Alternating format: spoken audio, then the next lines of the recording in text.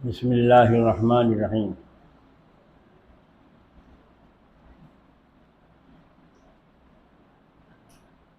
اسلام کی بنیاد کا جو مرکز ہے وہ اصل ہے قرآن کریم۔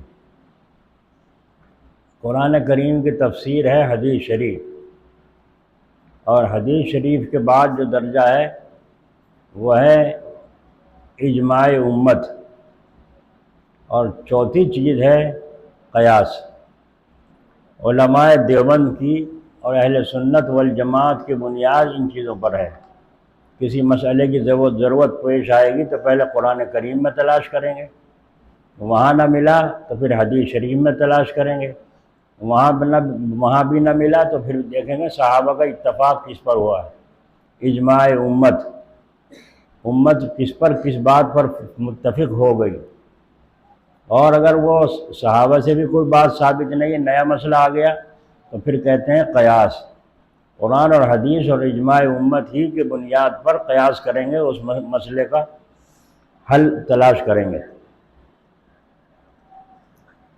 تو فقہ جو کہتے ہیں دین کے مسائل، اس کو کہتے ہیں فقہ، دین کے فہم کو کہتے ہیں۔ فقہ کہتے ہیں دین کی سمجھ، باریک سمجھ، قسم کی سمجھ رکھنا، جس میں استنباطی طاقت بھی آ جائے، یعنی مسئلہ نکالنا، موقع محل کا پہچاننا بھی آ جائے۔ حاصل یہ ہے کہ دین کے بارے میں ایسی سمجھ بوجھ آ جائے کہ تمہارے مقابلے میں کوئی علمی گفتگو کے لیے آ جائے تو تم ابلاغ حق میں دباؤ محسوس نہ کرو، حق کو پہنچانے میں دباؤ محسوس نہ کرو، نہایت ہی آزادی طبیعت کے ساتھ بحسن اخلاق ان کو جواب دو، بلا جھجک بحسن اخلاق ابلاغ حق کرو، خواہ ابتداءً خواہ جواباً۔ حضرت شیخ زکریا رحمۃ اللہ علیہ، اللہ ان کے قبر پر رحمت فرمائے، ان کے پاس ایک شخص آئے اور آ کر کے وہ مرید تھے۔ انہوں نے کہا، مفتی صاحب سے مسئلہ معلوم کیا کہ میری ساتھ میں ایک عورت جانا چاہتی ہے، اور وہ بڑھیا ہے لیکن اس کو کوئی محرم نہیں مل رہا ہے، میری ساتھ جانا چاہتی ہے، میرا رشتہ اس سے یہ ہے، بتلا دیا۔ تو مفتی صاحب نے کہا جائز نہیں ہے، ساتھ جانا جائز نہیں ہے، اس بڑھیا کو ہو یا کوئی ہو۔ اب بڑے پریشان ہو گئے، کیا کریں؟ حضرت شیخ زکریا رحمۃ اللہ علیہ سے جا کے اسی مسئلے کو پوچھا تو حضرت نے فرمایا، ذرا سا غور فرمایا، اور غور کر کے فرمایا چلے جاؤ، اور یہ فرمایا کسی مفتی سے مسئلہ معلوم نہ کرنا، اگر مسئلہ معلوم کرو گے تو پھر مسئلے پہ چلنا پڑے گا، چلے جاؤ، اجازت دی۔ کیوں؟ قلندر گوید دیدہ گوید، قلندر جو کہتا ہے وہ دیکھ کر کہتا ہے، اس لیے حضرت نے ان کو اجازت دی جانے کی، اور مفتی صاحب نے اجازت نہیں دی نہ جانے کی، کہا جانا جائز نہیں ہے۔ تو اس کو فرما رہے ہیں فقہ کہتے ہیں دین کی سمجھ باریک قسم کی رکھنا، جس میں استنباطی طاقت بھی آ جائے، مسئلے نکالنا بھی آ جائے، موقع محل پہچاننا بھی آ جائے، تو دین کے بارے میں ایسی سمجھ بوجھ آ جائے کہ تمہارے مقابلے میں کوئی علمی گفتگو کے لیے آ جائے تو تم حق پہنچانے میں دباؤ محسوس نہ کرو، نہایت آزادی طبع کے ساتھ بحسن اخلاق ان کو جواب دو، بلا جھجک، چاہے انہوں نے سوال کیا ہو، جب آپ نے جواب دیا ہو، یا آپ خود ان پر سوال قائم کر کے جواب قائم کر رہے ہیں، تو حسن اخلاق کے ساتھ بدتمیزی نہیں ہونی چاہیے۔ جو جاہل ہیں، جہالت والے ہیں، حق سے تعلق نہیں رکھتے، ان کے اندر جہالت ہوتی ہے، بے ادبی ہوتی ہے۔ حضرت مولانا گل محمد صاحب رحمۃ اللہ علیہ دارالعلوم دیوبند کے ناظم وہ تھے، ناظم تھے، تو وہ ایک جگہ مناظرے میں گئے، بریلویوں سے، بدعتیوں سے مناظرہ ہو رہا تھا۔ تو مناظرے میں جب وہ حق کی بات آئی تو جواب تو بن نہیں سکا ان سے، تو بدتمیزی سے پیش آنے لگے۔ حضرت نے فرمایا، دیکھو بھائی، یہ علمی مجلس ہے، بدتمیزی کا کیا کام؟ تہذیب سے سوال کرو، تہذیب سے جواب لو، اور اگر تم تہذیب میں نہیں جیت سکتے، تمہارے بس کا نہیں ہے اور تہذیب میں تم ہار گئے، بدتمیزی پر آ گئے ہو، تو پھر آؤ ایک مناظرہ گالی کا کر لو، ایک مناظرہ گالیوں کا کر لو، تم بھی 5 منٹ گالی دو، ہم بھی 5 منٹ گالی دیں، وہ تیار ہو گئے، وہ تو تیار ہو گئے کہ دیوبندیوں کے بس کی کہاں، مولویوں کے صوفیوں کے بس کی گالی دینی، انہیں یہ پتہ نہیں صوفی سب صاف رکھے ہوئے ہیں سودے۔ 5 منٹ تم گالی دو، 5 منٹ ہم، تیار ہو گئے۔ جب تیار فرمائے ایک شرط اور ہے، جو پہلی 5 منٹ میں گالی آئے گی وہ دوسری 5 منٹ میں نہیں آنی چاہیے، نہیں ہونی چاہیے۔ ہاں ٹھیک ہے، 5 منٹ کہا چلو بسم اللہ شروع کرو۔ اب انہوں نے گالیاں دینی شروع کری دیوبندیوں کو۔ جب 5 منٹ ہو گئی، گھنٹی بج گئی، تو پھر اب مولانا گل محمد صاحب نے گالیاں دینی شروع کری۔ جب گھنٹی بج گئی پھر ان کا نمبر آ گیا بدعتیوں کا، انہوں نے گالیاں دینی شروع کی، تو حضرت کی نظر تھی اس پر، تو حضرت نے فرمایا دیکھیے رکیے، یہ گالی پہلے 5 منٹ میں آ چکی ہے، اور شرط یہ تھی کہ ہر 5 منٹ میں نئی گالی ہونی چاہیے، پہلی گالی نہیں آنی چاہیے۔ دوسری مرتبہ پھر ٹوکا، تیسری مرتبہ پھر ٹوکا، یہاں تک کہ بارش ہونی شروع ہو گئی۔ اب وہ جبے قبے اور ان کے قالین سارے کے سارے بھیگنے کو ہوئے، تو وہ سمیٹ کے آہستہ آہستہ کھسکنے شروع ہو گئے۔ حضرت نے فرمایا دیکھو علمی مجلس ہوئی تو ہم جیتے تم ہارے، گالیوں کی مناظرہ ہوا تو ہم جیتے تم ہارے، اب بھیگنے کا مناظرہ ہے، دیکھو کون زیادہ بھیگے، ہے نا؟ اب دیکھو کہ تم زیادہ بھیگو یا ہم زیادہ بھیگیں۔ بس یہاں تک کہ وہ تو بھاگ گئے اپنا اٹھا کے قالین اور اپنے جبے قبے سمیٹ کے، وہاں کوئی نہیں پایا، اور انہوں نے مولانا گل محمد صاحب نے فجر کی نماز وہیں ادا فرمائی اسٹیج پر۔ سردی کے موسم میں بارش میں موٹے کپڑوں کا بھیگ جانا کتنی تکلیف دہ ہوتا ہے، مگر اللہ تعالیٰ نے اہل حق کو قوت عطا فرمائے، بدتمیزی پہ تو نہیں آئے، بد تہذیبی پہ وہ آئے گا جس کے پلے سودا نہ ہو۔ تو اس کو فرمایا حسن اخلاق کے ساتھ جواب دو، بلا جھجک کا کوئی کام نہیں، لیکن حسن اخلاق کے ساتھ ہو، ابلاغ حق کرو، حق کو پہنچاؤ۔ حضرت امام ابو حنیفہ رحمۃ اللہ علیہ، اللہ ان کے قبر پر رحمت فرمائے،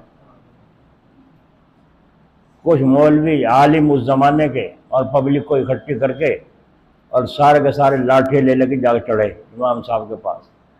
امام صاحب کے پاس جب گئے تو فرمایا بھائی کس لیے آنا ہوا، کیا معاملہ ہے؟ تم یہ کہتے ہو امام کے پیچھے الحمد نہیں پڑھنی چاہیے؟ ہاں میں کہتا ہوں امام کے پیچھے الحمد نہیں پڑھنی چاہیے، ہم اسی مسئلے میں بحث کرنا ہے، یا تو سیدھے جواب دو، دلیل پیش کرو، اور ورنہ تو یہ لاٹھی لے کے آئے سب کا سب یہیں قیمہ بنا دیں گے تمہارا۔ اتنی تیاریوں کے ساتھ وہ آئے تھے۔ حضرت امام ابو حنیفہ رحمۃ اللہ علیہ نے بلا جھجک فرمایا یہ سارا مجمع اسی لیے آیا ہے، اسی مسئلے کا حل کرنے کے لیے؟ فرمایا کہ ہاں۔ تو فرمایا بھائی میرے تو ہمت ہے نہیں سارے مجمع سے بات کرنے کی۔ سب چپ ہوئے۔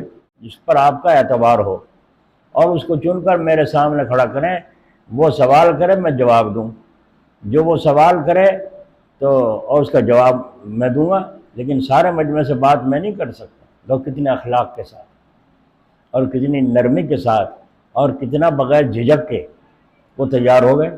تیار کر کے ایک آدمی کا عالم یہ کریں گے تو آپ سے بحث، اچھا یہ کریں گے سب کی طرف سے، جو یہ سوال کریں گے تم سب کی طرف سے ہوگا؟ کہ جی ہاں سب کی طرف سے ہوگا۔ جو میں جواب دوں ان کو کافی ہو تو سب کو تم کو کافی ہوگا؟ کہ جی ہاں کافی ہوگا۔ اور کیا پوچھنا ہے ویسے، اور کیا پوچھنا ہے ہو؟ جب صاحب کی طرف سے ایک امام بنا کے کھڑا کر دیا تو وہ الحمد شریف پڑھ رہا ہے، سب مقتدی کی طرف سے ہو گئی نہیں ہو گئی؟ اور کیا پوچھنا ہے مجھ سے؟ سارے اپنا سا منہ لے کے بیٹھے، لاٹھیاں ہاتھ میں تھی، گردن نیچے، جب اوپر کو تھی اب نیچے کو گردنیں ہیں، ایسی توڑ دی ان کی منڈی کہ بولنے کی ہمت آج تک نہیں ہوئی۔ تو وہ دلائل سے پیش بات کرتے موقع نہیں تھا، قرآن حدیث کی بات کرتے موقع نہیں تھا، وہ دوسری حدیث پیش کر دیتے، تو آپ نے ایسی دلیل پیش کی کہ وہ توڑ نہ سکے۔ عدالت میں جاتے ہو، مدعی بولتا ہے، مدعا علیہ بولتا ہے، جب ان سے سوال ہوتا ہے مدعی بھی بولے، مدعا علیہ بھی بولے تو حکومت کیا کہیں گے، جج کیا کہے گا، یار کان پھاڑ کے باہر نکالو انہیں بدتمیزوں کو، کہیں گے نہیں کہیں گے؟ تو سب کی طرف سے اس کا وکیل ہے اور وہ بات کر رہا ہے، بس کافی، جو وہ کہے گا وہی سب ان کی سب کی طرف سے ہے، مدعی کی طرف سے، مدعا علیہ کی طرف سے جواب بھی۔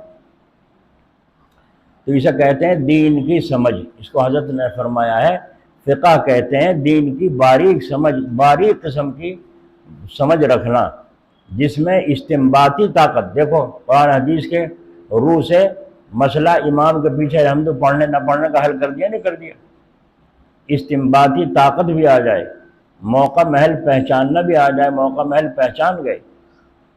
آگے حضرت فرما رہے ہیں ایھا الطلاب، اے طالب علموں، کیونکہ مجمع میں مجلس میں طالب علم اور علماء بھی تھے، تو حضرت نے فرمایا ایھا الطلاب، اسے کہتے ہیں پڑھنا، اسے کہتے ہیں علم حاصل کرنا، سرسری علم کافی نہیں، بلکہ گہرائی اور عمق کے ساتھ تحصیل علم ہونا چاہیے، علم حاصل کرنا چاہیے، صرف وسعت نظری پر اکتفا نہیں، بلکہ وسعت نظری کے ساتھ گہری نظر بھی ہونی چاہیے۔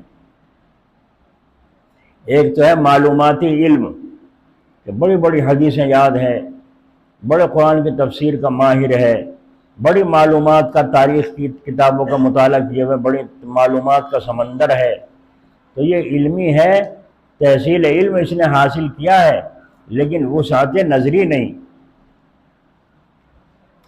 ایک بادشاہ ایک بزرگ کے پاس گئے، ان کے ساتھ وہ بھی تھا جو سرکاری عالم تھا وہاں کا، وہ بھی تھا۔ تو ایک تو یہ کہ میں اتنا بڑا عالم، مجھے چھوڑ کر کہاں جا رہے اسے، مجھے بھی ساتھ لے کے جا رہے ہیں، چلو جی۔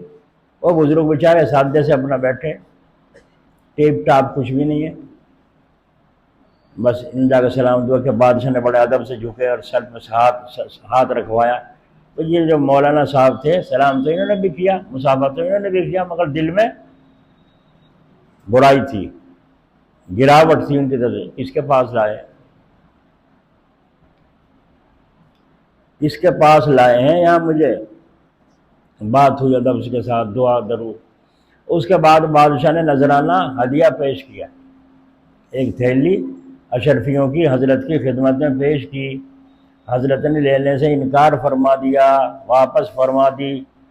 بادشاہ کی نظر اور زیادہ اونچی ہو گئی کہ یہ تو بڑے اللہ والے ہیں، ان کی نظر اتنی رقم دے رہا ہوں میں ہدیے میں، وہ بھی نظر انداز کر کے قبول نہیں فرمائی۔ اللہ، ہم نے دیکھا حضرت جلال آبادی رحمۃ اللہ علیہ کے یہاں بعض لوگ 500 روپے، 1000 روپے، 2000 روپے ہدیے میں پیش کر رہے ہیں، لیکن وہاں طبیعت مطمئن نہیں ہو رہی ہے تو قبول نہیں فرماتے تھے، واپس فرما دیتے کسی بھی ہیلے سے۔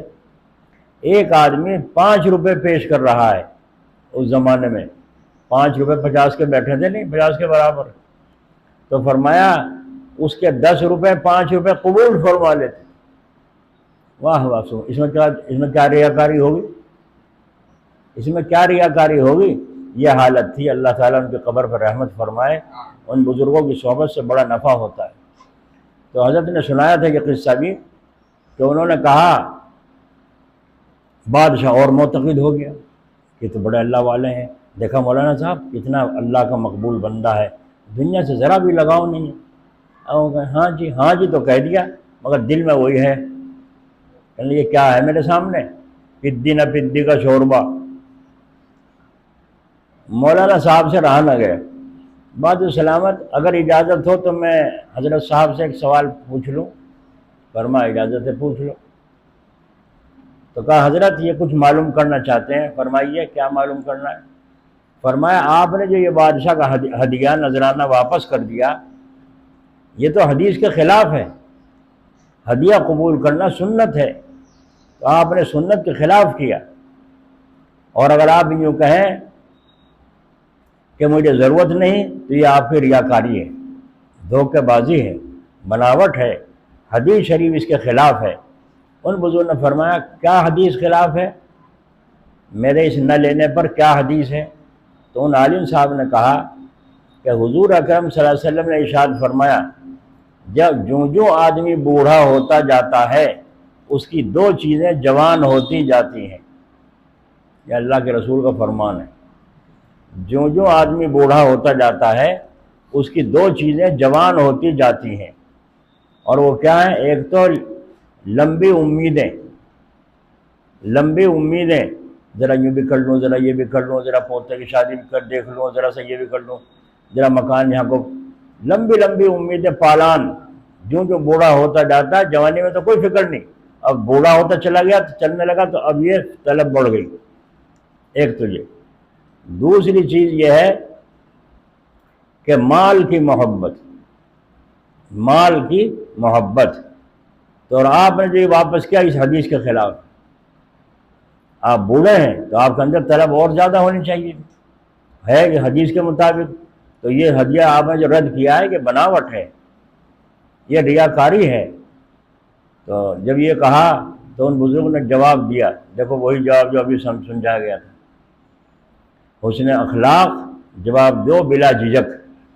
تو ان بزرگوں نے فرمایا مولانا صاحب آپ نے حدیث شریف میں غور نہیں کیا، اسی میں اس کا جواب موجود ہے، اور وہ یہ ہے کہ حضور نے فرمایا آدمی جب جو بوڑھا ہوتا جاتا ہے اس کی دو چیزیں جوان ہوتی جاتی ہیں۔ تو مولانا صاحب جوان وہاں ہوتی ہیں جہاں پیدا ہوتی ہیں، اور یہاں تو اللہ کے فضل و کرم سے پیدا ہی نہیں ہوئی، جوان کہاں سے ہوں گی؟ بھائی جوان کہاں سے ہوں گی جب یہاں پیدا، حرص یہاں نہیں ہے، مال کی محبت یہاں نہیں ہے، یہاں تو شروع میں لا الہ الا اللہ کہہ کے اپنے شیخ کے سامنے سب نکال دی تھی، اب ہے ہی نہیں۔ تو جوان کہاں ہوں گی؟ جہاں پیدا ہوں گی، اور جہاں پیدا ہی نہ ہو وہاں جوان کہاں سے ہوں گی؟ تو اس کا جواب تو آپ کی کسی حدیث کے اندر موجود ہے۔ مولانا صاحب چپ، اب بادشاہ اور زیادہ گرویدہ ہو گیا کہ ہمارے عالم کی بھی چپ، بولتی چپ کر دی، بند کر دی۔ تو اسے کہتے ہیں گہری نظر اور موقع محل کا پہچاننا۔ امام احمد بن حنبل رحمۃ اللہ علیہ، اللہ ان کی قبر پر رحمت فرمائے، کیسے فقیہ تھے، سبحان اللہ۔ ایک بزرگ کے پاس جایا کرتے تھے کبھی کبھی ملنے کے لیے، بڑے بڑے عالم اللہ والوں کے پاس جاتے تھے۔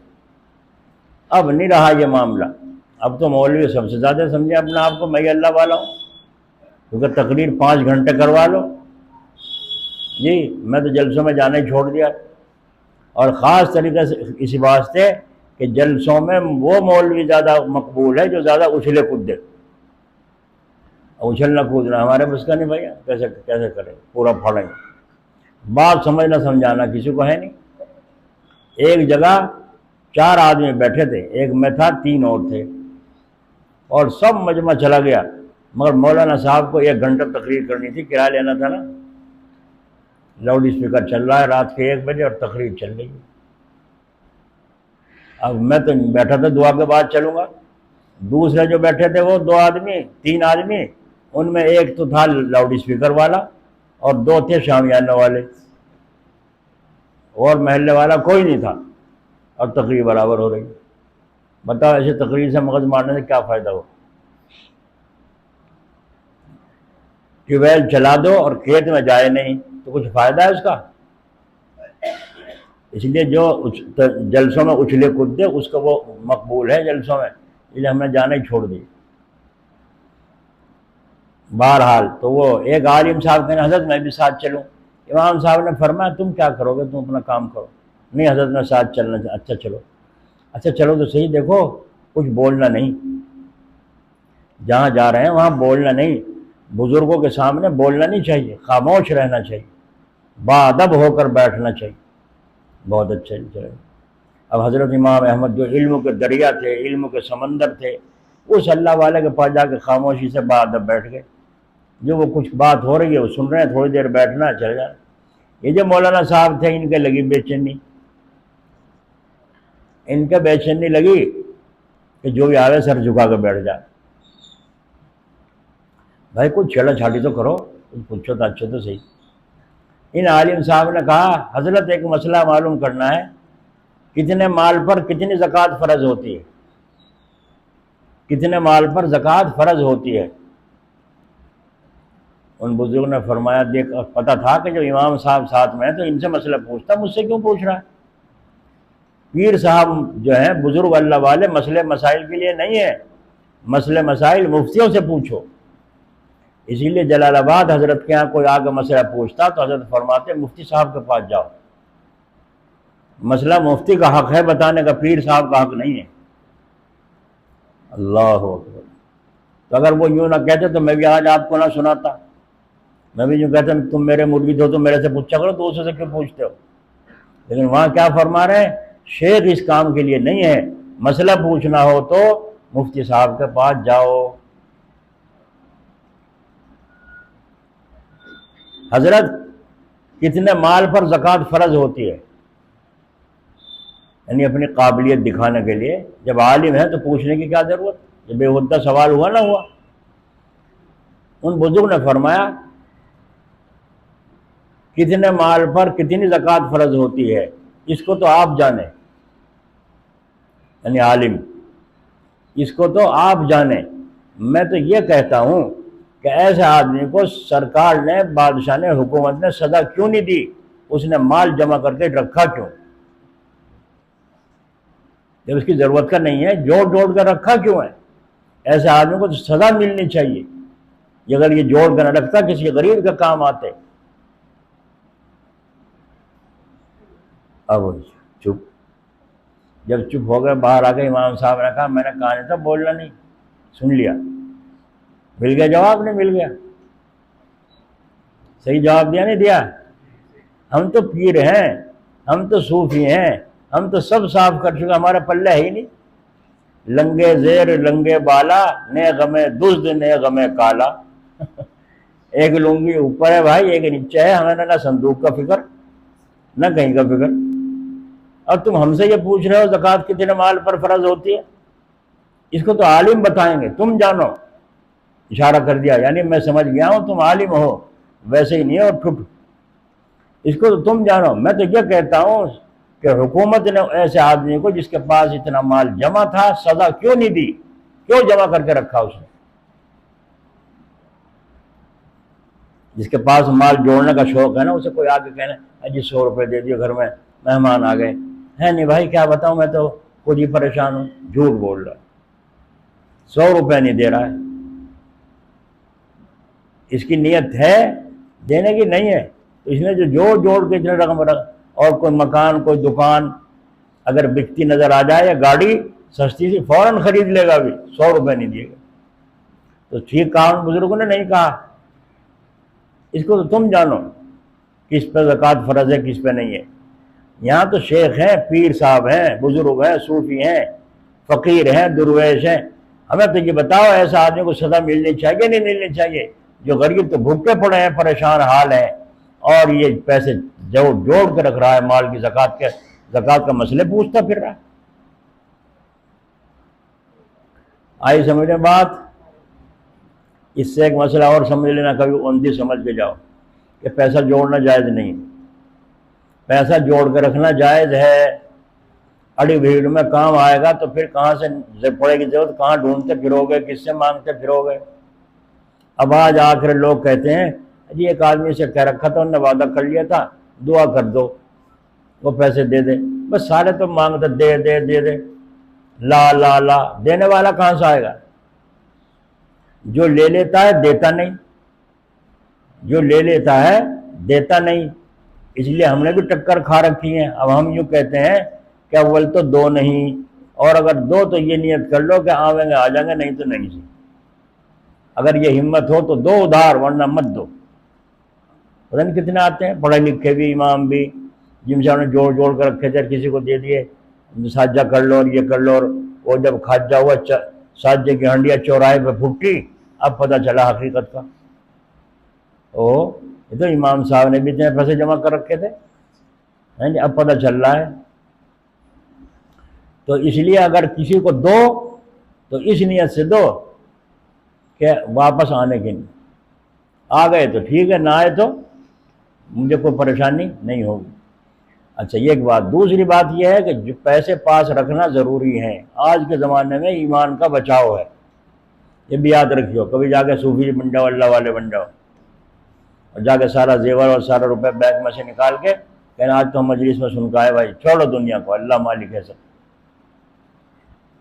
اللہ تو مالک جب بھی ہے جب تمہارے پاس پیسہ ہو، اور جب پیسہ نہ ہو جب بھی اللہ ہی مالک ہے۔ پیسے سے کام نہیں بنتا، یہ تو تمہاری دل جوئی ہے۔ پیسہ جوڑ کے رکھ رہا ہے 1,00,000 روپے، بھائی کیوں جوڑ رہا ہے، کیوں رکھ رہا ہے؟ اللہ میاں جی چاہ رہا ہے کہ میرے پاس نوٹ ہوں اور زیور ہو، نوٹ ہو، جی چاہ رہا ہے۔ اللہ تعالیٰ کہتے ہیں تجھے میرے پہ یقین نہیں؟ اللہ یقین ہے کہ کام بنانا آپ ہی کے قبضے میں ہے، روپے سے کام نہیں بنتا۔ بولو روپے والوں کو شفا ملتی ہے، غریبوں کو نہیں ملتی؟ غریبوں کو شفا نہیں ملتی؟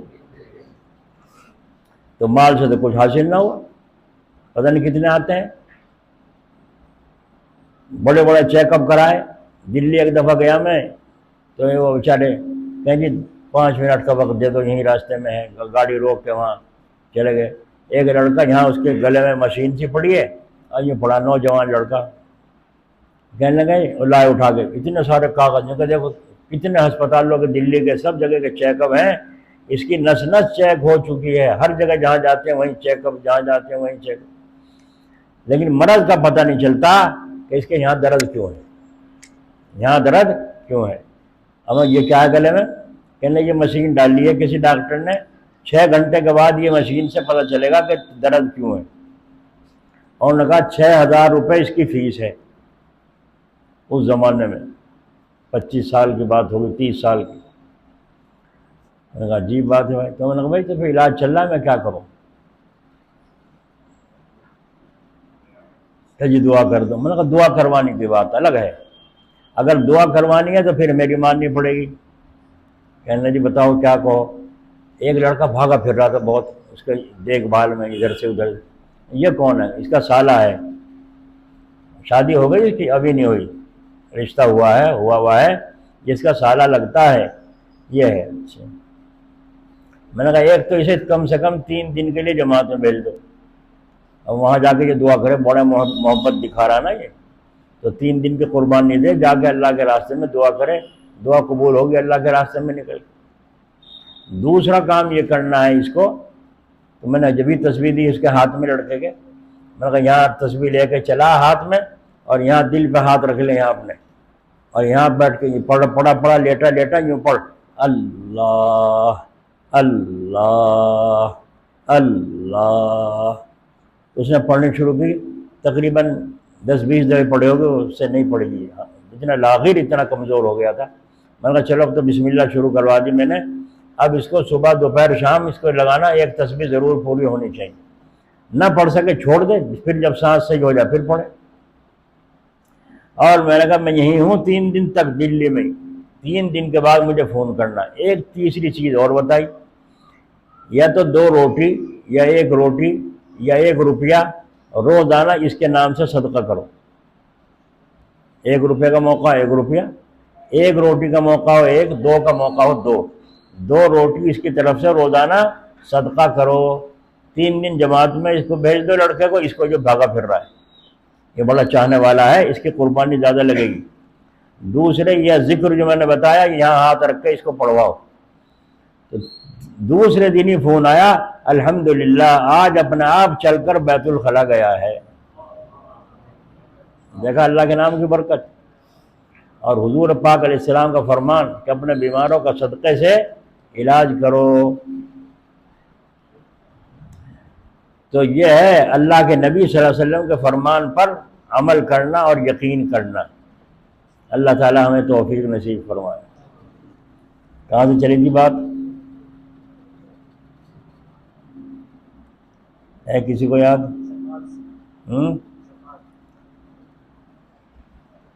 اللہ تعالیٰ جی چاہتا ہے روپے میرے پاس ہوں، سونا چاندی میرے پاس، جی چاہتا ہے۔ اللہ تعالیٰ کہے مجھے پتا تو میرا بندہ ہے، میں نے تو تجھے پیدا کر رکھا، تیرے اندر یہ حویث بھر رکھی ہے اور تیری حویث ابھر رہی ہے، لیکن یہ تو بڑی مہربانی ہے تیری اپنی جان پر کہ تو مجھ سے پوچھ رہا ہے۔ اور اس کا جواب یہ ہے 40واں نکالتا رہیو۔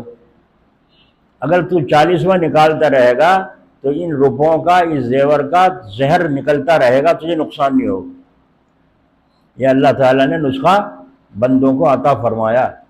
جو 40واں نہیں نکالتا ہے وہ زہر ان کی جان میں آتا ہے اور پھر نہ جانے کہاں کہاں تباہ برباد کرتا ہے۔ تو اجازت ہوگی رکھنے کی؟ نہیں ہو گئی؟ ہو گئی۔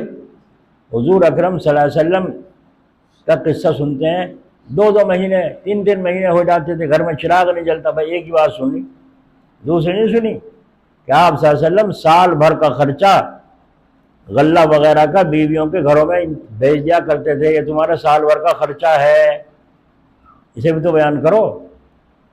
یہ وہی زمانہ بیان کرتے ہو شروع کا، تنگی کا زمانے کا۔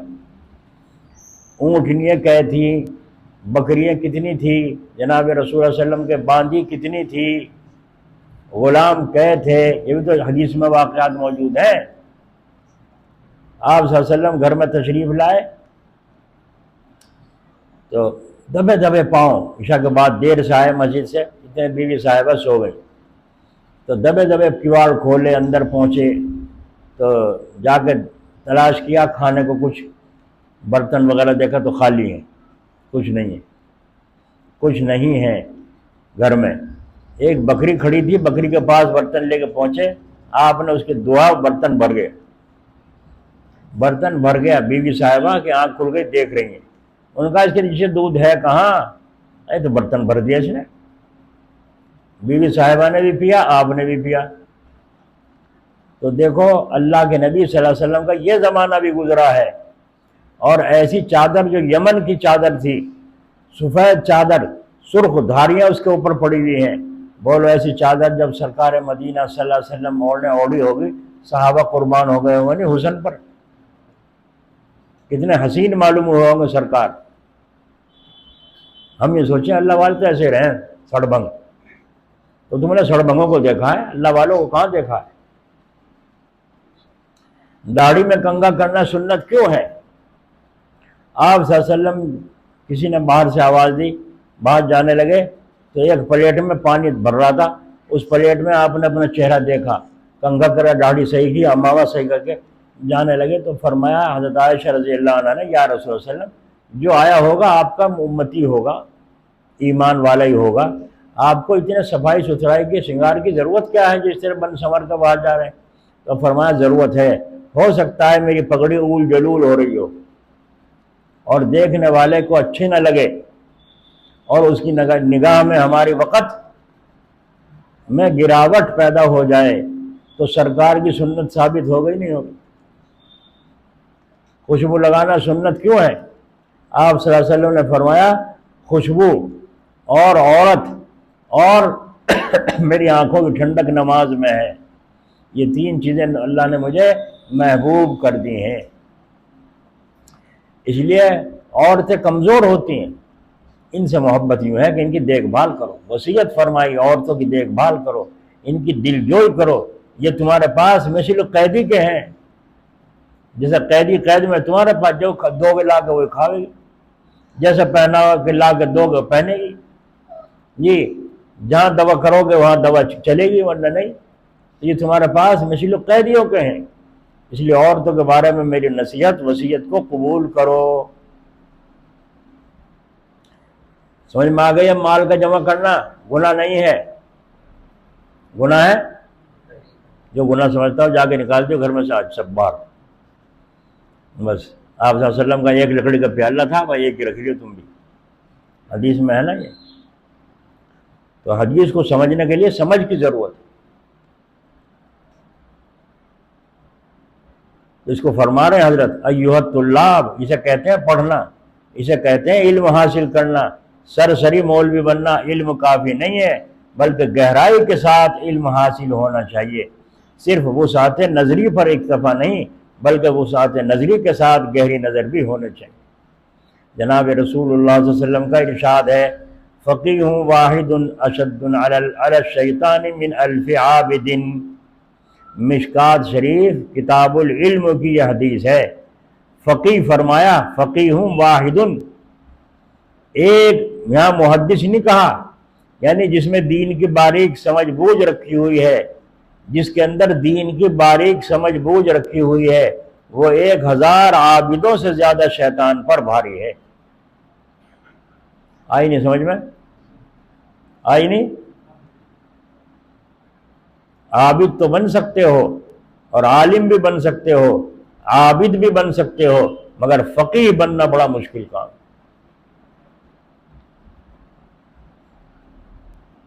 مفتی محمود الحسن صاحب رحمۃ اللہ علیہ دارالعلوم دیوبند تھے، گنگوہی، ان کا مناظرہ ہو رہا تھا بدعتیوں سے، اور میں نے ابھی کہا تھا بدتمیزی پہ آ جائیں، تو وہ بدتمیزی کے الفاظ بھی کہنے لگے، مفتی صاحب ہونا تہذیب کے اندر رہے۔ غصے ہو کے جب دیکھا تو مولوی اس جلال میں آتا ہی نہیں، وہ ان کہنی کہتا ہی نہیں، تو انہوں نے یوں کہا غصے میں، بدعتی نے، وہ جو ان کا مولوی تھا، اس نے کہا تمہارے میں دیوبندیوں میں اور سور میں کتنا فاصلہ ہے، کتنا فرق ہے؟ یوں کہا تمہارے میں دیوبندیوں میں، تمہارے میں اور تمہارے دیوبندیوں میں اور سور میں کتنا فرق ہے؟ وہ جو کرسی بچھی تھی برابر میں، یوں ہاتھ سے ناپ کہنے کا 1.5 ہاتھ کا فرق ہے۔ لگا دی مرچیں نہیں لگا دی؟ یہ کوئی جواب تھا؟ جواب تو نہیں تھا، مگر لاجواب کرنے کا تو جواب تھا۔ ہاں ہرا دیا نہیں ہرا دیا، مرچ لگا دی نہیں لگا دی، بیٹھا بیٹھا خود دیکھا مجھے سور کہہ رہا ہے، تو میرے میں اتنے میں کتنا فرق ہے؟ 1.5 ہاتھ کا فرق ہے کرسی کو۔ تو اس لیے حضور نے فرمایا فقیہ، محدث نہیں کہا، یعنی جس میں دین کی باریک سمجھ بوجھ رکھی ہوئی ہے، وہ 1000 عابدوں سے زیادہ شیطان پر بھاری ہے۔ کیونکہ 1000 عابدوں کو بہکانا شیطان کو آسان ہے، اور ایک فقیہ کو بہکانا مشکل ہے۔ شیطان اگر فقیہ ہوتا، اس کو بہکاوٹ نفس کی طرف سے نہ آتی، علم تو تھا شیطان کے پاس مگر فقیہ نہ تھا، اس لیے بہکاوٹ ہوئی۔ نہیں، شیطان کا استاد نفس تھا، اس میں حب جاہ تھا، اخلاق کی تصحیح نہیں ہوئی تھی، صرف حصول علم تھا، اس لیے بھی بہکاوٹ ہوئی۔ شیطان کے پاس علم تھا لیکن تربیت نہیں تھی، اصلاح نہیں تھی، اس لیے بہکائے میں آ گئے۔ ایک بات اور سن لو، عالم بھی، اہل علم حضرات بھی موجود ہیں ماشاءاللہ، جتنے فرقے چلے ہیں سارے عالموں سے چلے، مولوی نہیں کہہ رہا ہوں، جتنے فرقے چلے ہیں سارے عالموں سے چلے ہیں، مولویوں سے نہیں۔ شیعوں کا فرقہ کہاں سے چلا؟ مودودیوں کا فرقہ کہاں سے چلا؟ اہل حدیث کا فرقہ کہاں سے چلا؟ بریلیوں کا فرقہ کس نے چلایا؟ اناڑیوں نے۔ اس لیے عالم ہونا الگ چیز ہے اور مولوی ہونا الگ چیز ہے۔ سمجھ میں آ گئی؟ کسے کہتے ہیں مولوی؟ علم مولا ہو جسے ہے مولوی، جیسے تھے مولوی تھانوی۔